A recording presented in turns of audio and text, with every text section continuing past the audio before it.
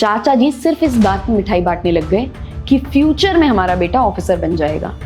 यानी इंडिया में civil services की प्रिपरेशन करने को भी सेलिब्रेट किया जाता है। आप सिर्फ एक इंफॉर्मेशन नहीं दे रहे, आप उस इंसान के दिमाग में एक उम्मीद प्लांट कर देते हो, और उस दिन से जब भी वो इंसान आपसे मिलेगा उसके दिमाग में एक ही चीज़ चलेगी, हो गया क्या, सिलेक्शन हो गया क्या। और वो साइलेंस वो सबसे ज़्यादा प्रॉब्लमैटिक होती है, क्योंकि उस साइलेंस में एक सवाल छुपा होता है जो कोई डायरेक्टली नहीं पूछता।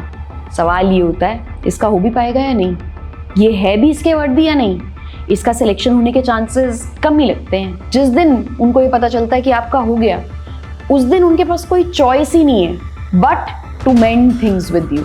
एक तीसरा कैंडिडेट था जिसने अपनी तैयारी के बारे में किसी को कुछ नहीं बताया, किसी को भी नहीं, और पहले 6 महीने ये एक फ्रीडम जैसा लगा। कोई प्रेशर नहीं था क्योंकि कोई पूछता ही नहीं था, क्योंकि किसी को आपसे कोई होप ही नहीं थी। 4 साल से फेल कर रहे हो, पेरेंट्स को कैसा फील होता है। किसी दिन आप भी उस कुर्सी पर बैठोगे, किसी दिन आपसे भी ये सवाल पूछा जाएगा। उस दिन आंसर पता है क्या होगा? उस दिन आंसर होगा आपका चुना हुआ सपोर्ट सिस्टम। क्या आपको अपनी यूपीएससी की तैयारी को एक सीक्रेट रखना चाहिए? क्या इससे आपके रिजल्ट पे कोई इम्पैक्ट आता है? चलो आज की वीडियो में देखते हैं। एक लड़का था बहुत ब्राइट सा, एक बार एक मॉक इंटरव्यू के लिए आया, बहुत अच्छी जगह से पढ़ा था, सब कुछ ऑन पेपर परफेक्ट लग रहा था। हमने उससे एक सवाल पूछा जो अक्सर बोर्ड भी पूछ लेता है कि 4 अटेम्प्ट से फेल कर रहे हो, आपके पेरेंट्स इस बारे में कैसा फील करते हैं? बस वो वहीं रुक गया, कुछ बोला ही नहीं। 2 सेकेंड, 3 सेकेंड, 5 सेकेंड बस नीचे देखता रहा, एज इफ वो एम्बेरेस्ड है कि उसने कुछ बहुत बड़ी गलती कर दी है। उस पल मुझे समझ आया, उसकी तैयारी नहीं, उसकी तैयारी के पीछे का बर्डन। क्योंकि मैं हर साल इतने सारे बच्चों के मॉक इंटरव्यूज लेती हूँ, कुछ सिलेक्ट होते हैं, कुछ सिलेक्ट नहीं होते। उन सब में ना एक बात कॉमन है, एंग्जाइटी उनको एग्जाम से नहीं है, एंग्जाइटी उनको इस क्वेश्चन से है जो घर पे रोज पूछा जाता है। तो आज मैंने सोचा उसी बारे में बात करते हैं कि क्या आपको अपनी यूपीएससी की तैयारी को एक सीक्रेट रखना चाहिए। और आपको पता है ये एक छोटा सा डिसीजन आपके रिजल्ट से कई ज़्यादा जुड़ा हुआ है जितना आप सोच भी नहीं सकते। इसका कनेक्शन आपके रिजल्ट से उतना ज़्यादा है जितना आप गेस भी नहीं कर सकते। चलो एक और कहानी सुनते हैं। ये एक बच्चा है जिसने बिल्कुल उल्टा किया। जैसे ही तैयारी शुरू की सबको बता दिया, घर में, रिलेटिव्स को, मोहल्ले में। चाचा जी सिर्फ इस बात में मिठाई बांटने लग गए कि फ्यूचर में हमारा बेटा ऑफिसर बन जाएगा। यानी इंडिया में सिविल सर्विसेज की प्रिपरेशन करने को भी सेलिब्रेट किया जाता है। ये अपने आप में एक अचीवमेंट मानी जाती है कि अरे तुम इस काबिल तो हो कि तुम आईएएस बनने की तैयारी कर रहे हो। पर होता क्या है, पहले साल ये सब बहुत अच्छा लगता है, लोग इज्जत से देखते हैं, चाय पे बुलाते हैं, आपसे लोगों को एक उम्मीद होती है, एक उम्मीद दिखती है। फिर पहला अटेम्प्ट आता है और सिलेक्शन नहीं होता, प्रीलिम्स तक क्वालिफाई नहीं होता। उस दिन से कुछ चेंज हो जाता है। वही लोग, वही चाचा जी, वही रिलेटिव्स, लेकिन अब सबकी आंखों में एक क्वेश्चन है। कोई पूछता नहीं है, बस ऑब्जर्व करते हैं, और वो ऑब्जर्वेशन किसी ताने से भी ज्यादा भारी लगती है। अब आप मुझे बताओ, क्या वो कैंडिडेट सही है जिसने अपनी प्रिपरेशन को सीक्रेट रखा है, या उस कैंडिडेट ने कोई गलती कर दी जिसने अपनी प्रिपरेशन के बारे में सारे रिलेटिव, सारे फ्रेंड सर्कल अपने गा दिया? यहाँ पर ज्यादातर लोग गलत सवाल पूछते हैं। वो ये पूछते हैं कि हमें बताना चाहिए या नहीं, जैसे कि इस क्वेश्चन का कोई एक आंसर है जो सबके लिए वर्क करे। नहीं, असली क्वेश्चन ये है, जब आप किसी को बताते हो तो उससे होता क्या है? क्या आप उस कॉन्सिक्वेंसेस के लिए रेडी हो? होता ये है, आप सिर्फ एक इंफॉर्मेशन नहीं दे रहे, आप उस इंसान के दिमाग में एक उम्मीद प्लांट कर देते हो, और उस दिन से जब भी वो इंसान आपसे मिलेगा उसके दिमाग में एक ही चीज़ चलेगी, हो गया क्या, सिलेक्शन हो गया क्या। दिवाली पे, शादी में, चाय पे, कोई फैमिली फंक्शन में, गली में चलते हुए। मैंने इसका एक नाम रखा है, इसको बोलते हैं वेरिफिकेशन डेट। आपने एक दावा किया और अब दुनिया उस दावे का आंसर मांग रही है आपसे, अकाउंटेबिलिटी मांग रही है। और इस एग्जाम में ये अकाउंटेबिलिटी सबसे ज्यादा प्रॉब्लमैटिक है, क्योंकि रिजल्ट 2 में से एक है, या तो आपका सिलेक्शन हुआ या नहीं हुआ, बीच में कुछ भी नहीं होता। तो जितनी बार कोई पूछता है कैसी चल रही है तैयारी, वो एक्चुअली उस क्वेश्चन का आंसर ढूंढ रहा है आपसे। और सुनो, ये अकाउंटेबिलिटी साल दर साल बढ़ती रहती है। पहले साल लोग पूछते हैं खुशी से, कैसी चल रही है तैयारी, बढ़िया चल रही है। दूसरे साल टोन चेंज हो जाती है, बेटा एक बैकअप भी सोच लेना, अरे एसएससी का एग्जाम दे दो, अरे ग्रेड बी के भी एग्जाम्स आए हैं और इतने सारे एग्जाम्स आए हैं। और तीसरे साल लोग पूछना ही बंद कर देते हैं और वो साइलेंस वो सबसे ज़्यादा प्रॉब्लमैटिक होती है, क्योंकि उस साइलेंस में एक सवाल छुपा होता है जो कोई डायरेक्टली नहीं पूछता।